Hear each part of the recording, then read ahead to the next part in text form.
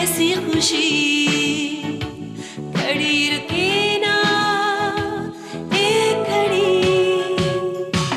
एक पल है जिंदगी एक पल कुछ भी नहीं।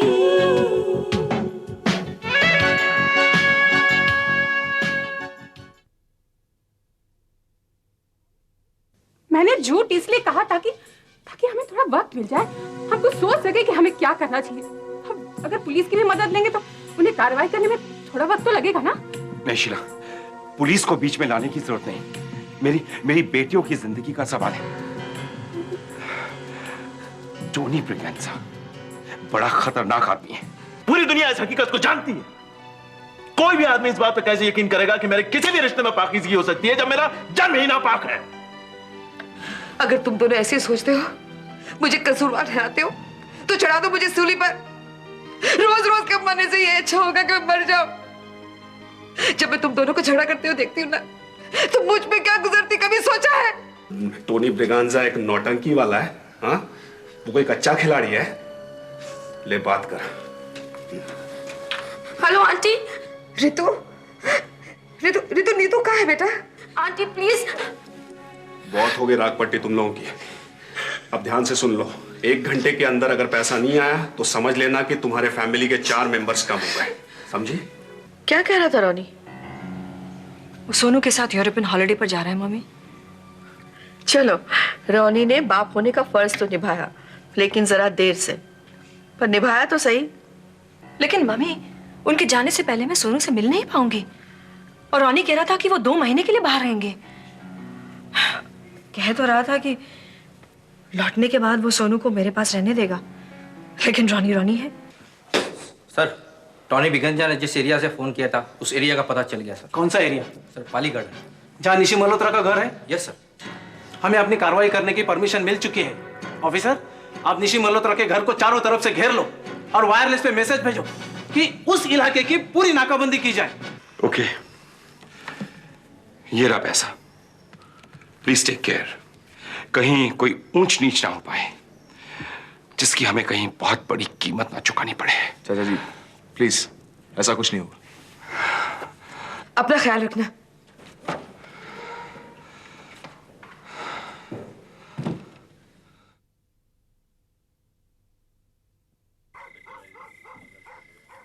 मिस्टर शाह, आप मुझे सोचकर याद करके बताइए कि मिस देविका की किसी से बिजनेस राइवलरी या बिजनेस में पैसों की टेंशन या थ्रेट? इंस्पेक्टर साहब, मैंने अभी अभी आपको फरमाया, अगर ऐसा कुछ होता तो मैं बता चुका होता।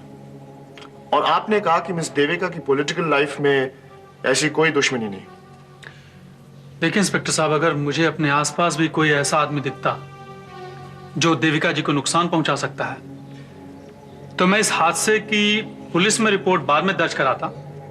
पहले मैं प्रेस कॉन्फ्रेंस बुलाकर इसका पॉलिटिकल स्कैंडल खड़ा न कर देता। देखिए, सिंपैथी वोट्स बटोरने का इससे अच्छा बहाना क्या हो सकता है? अब आप समझ गए होंगे कि आपके आने से पहले मैंने कितना दिमाग दौड़ाया होगा।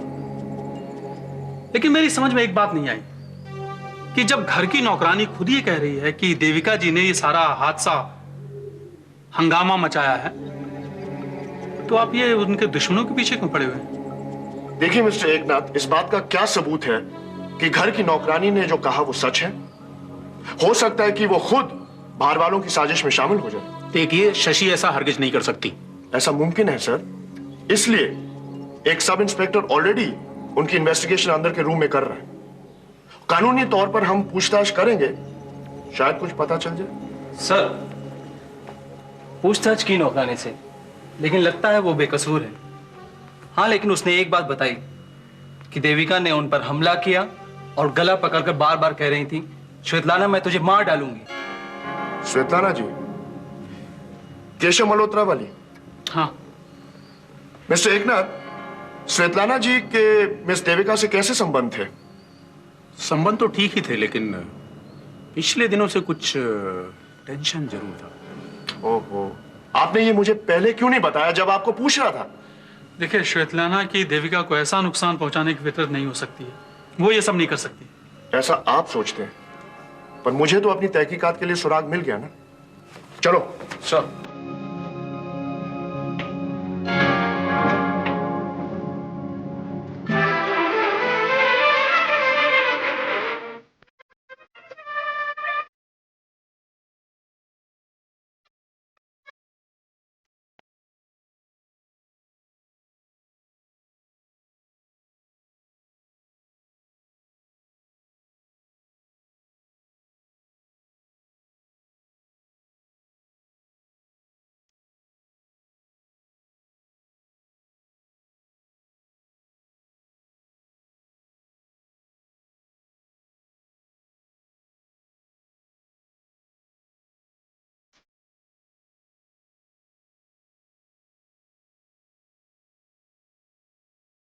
अरे कजरी, अरे कदर हो जाएगा तो जिस दिन आ जाएगी फसाद हो जाएगा मेरे बार में।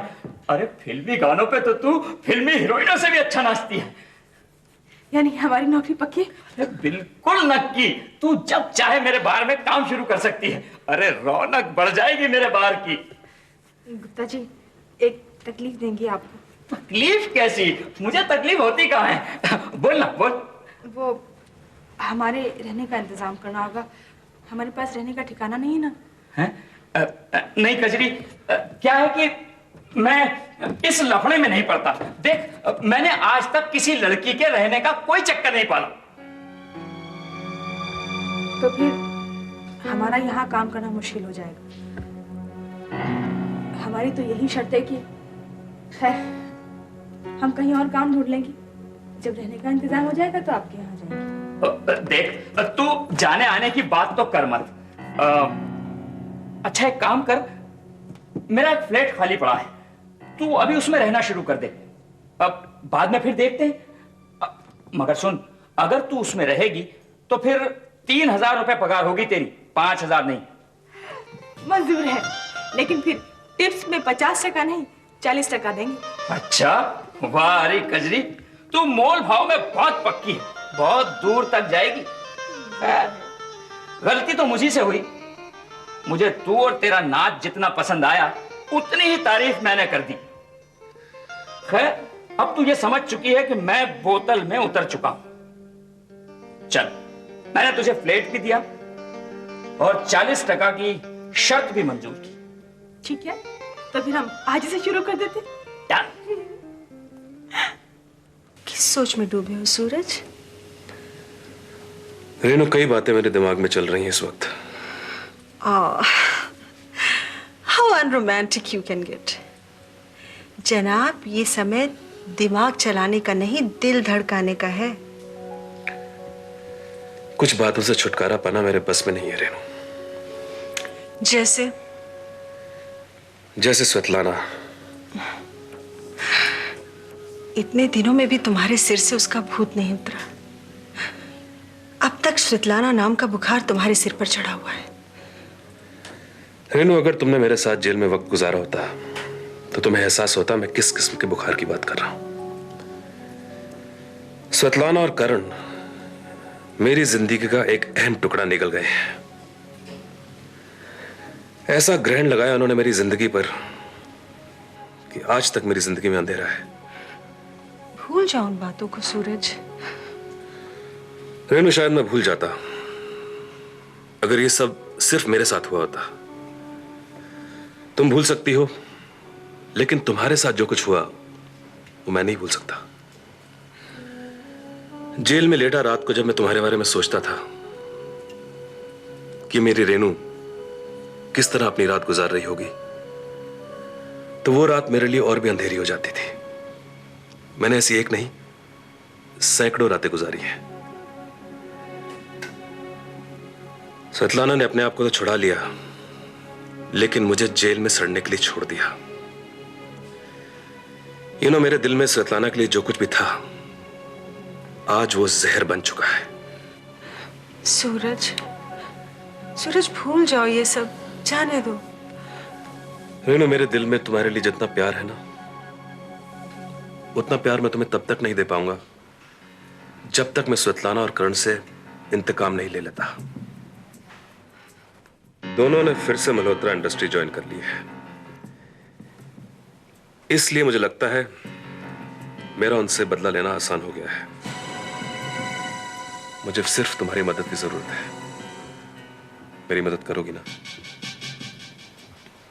हाँ सूरज, मैं तुमसे पहले कह चुकी हूं कि तुम मेरी जिंदगी का सबसे बड़ा सच हो। तुम्हारे दिल में मेरे लिए जो मोहब्बत है, उसका हर कतरा हासिल करने के लिए मैं तुम्हारी हर तरह से मदद करूंगी Suraj. You can bank on मी।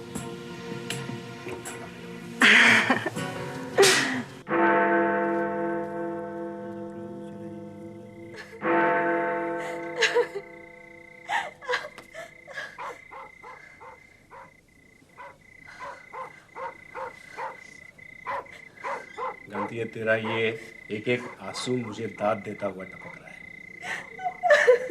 तेरा दिल करता है ना मेरी वाह करने को?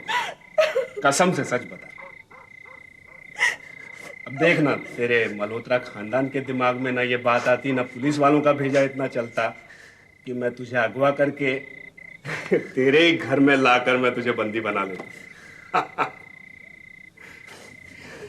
अब साले सब लोग शहर के सड़क की धूल छानते फिरेंगे और हम लोग यहाँ ऐश करेंगे। तूने अपन जैसा स्मार्ट आदमी पूरे लाइफ में कभी देखा है? नहीं ना?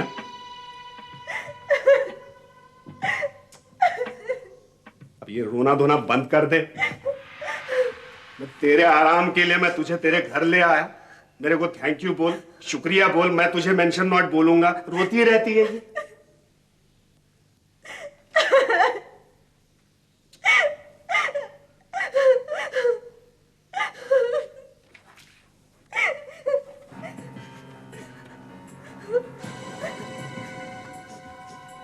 ये तेरे मेरे बीच की बात है, मैं तुझे कोई नुकसान नहीं पहुंचाऊंगा।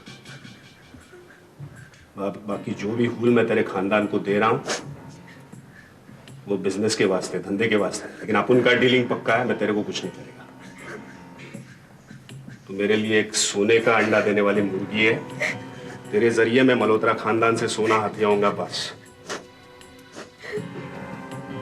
टाइम लगेगा। खुद के जेब से पैसा निकाल कर देने में तकलीफ तो होगी उन्हें, लेकिन उनका बाप भी देगा। अब रोना बंद कर दे। बोला ना मैं तेरे को, रोना बंद कर दे तू।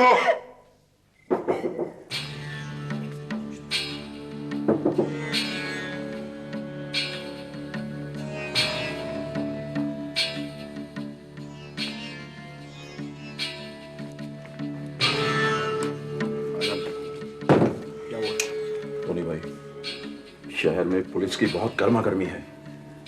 पुलिस चारों तरफ आपको ही ढूंढ रही है। भारी नाकाबंदी है, चारों तरफ रेड डाले जा रहे हैं।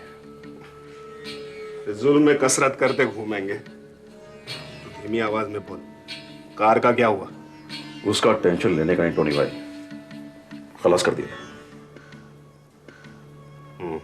ठीक किया।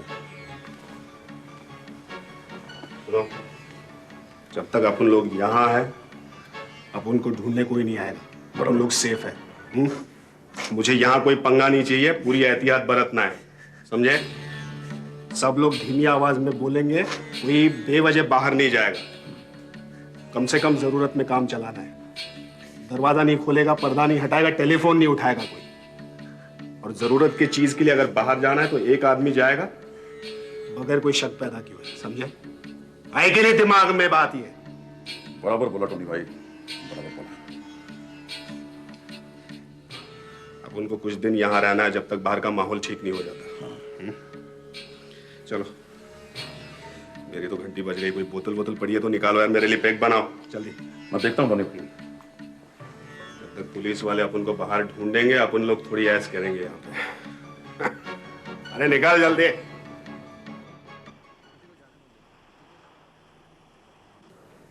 जिस तरह से नीतू मिल गई है, ऋतु भी सही सलामत मिल जाएगी। ऐसी बात कहते हो, शर्म नहीं आती तुम्हें? जानते नहीं नीतू किस हालत में मिली है? ऋतु अकेली उन सबका सामना करती, उनके कब्जे में। टोनी वगैंजा हमारे हाथों से नहीं बचेगा। उससे पहले ऋतु नहीं बचेगी, उसके हाथों। नहीं महीन, ऐसी बातें नहीं करते महीन। भाभी, why don't you understand? Tony वगैंजा बौखला गया है वो, मामला और पेचीदा हो गया। पहले ही ऋतु बेटी के मिलने के चांसेस कम थे, अब और कम हो गए। मैं आप सबसे दरख्वास्त करता रहा, उसे पैसे दे दो पैसे उसे, बेटी को घर ले आते, लेकिन आप सबने मेरी बात नहीं मानी। सब अपनी मर्जी करते रहे। देख लेने दिया, अब क्या होगा? I know what's going to happen. एक बात सब सुन लो, अगर ऋतु को कुछ हो गया मैं किसी को माफ नहीं करूंगा। मिस नीतू को मैंने इससे डिटेल दे दी हैं जी, उन्हें कुछ ही घंटों में आराम आ जाएगा। और मिस्टर बॉबी, उनको मैंने आराम से सो जाने के लिए कहा है। Nothing to worry. Thank you so much. Hello, क्या बोलना है? क्या बोलना चाहती हो तुम? अरे तुम अपने आप को बहुत अक्लमंद समझती हो ना? You think you are very intelligent but you know nothing. क्या क्या कहा तुमने? जानती हो तुम क्या कर रही हो? तुम्ही ने राय दी थी टोनी ब्रिगेंजा की तरह इस तरह से डील किया जाए। क्या हुआ? नतीजा देख लिया ना तुमने? What happened? अरे नीतू को वो बेहोशी की हालत में छोड़ गया। And as far as Ritu is concerned, तुम जानती हो उसे पता नहीं कौन से दूसरे ठिकाने पे ले गया। I don't know what to do. Drama करने की कोशिश मत करो। I don't want any nonsense. रो क्यों नहीं हो? अरे इसमें रोने की बात ही क्या है? सौतेली मां हो ना, तुम्हें मेरे या रितु के गम से क्या मतलब? Oh, shut up.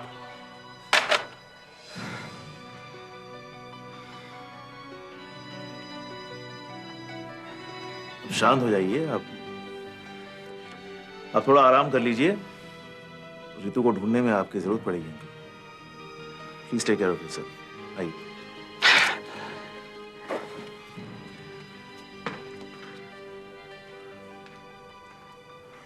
माँ, मैं जा रहा हूँ। कहाँ? इस वक्त निशी चाची के घर पर नजर रखना बहुत जरूरी है। नहीं ऋषभ, मैं तुझे अकेले कहीं नहीं जाने दूंगी। तुझे मेरी कसम है ऋषभ, करण आ जाएगा तो उसके साथ चले जाना। माँ तुम समझती क्यों नहीं? माँ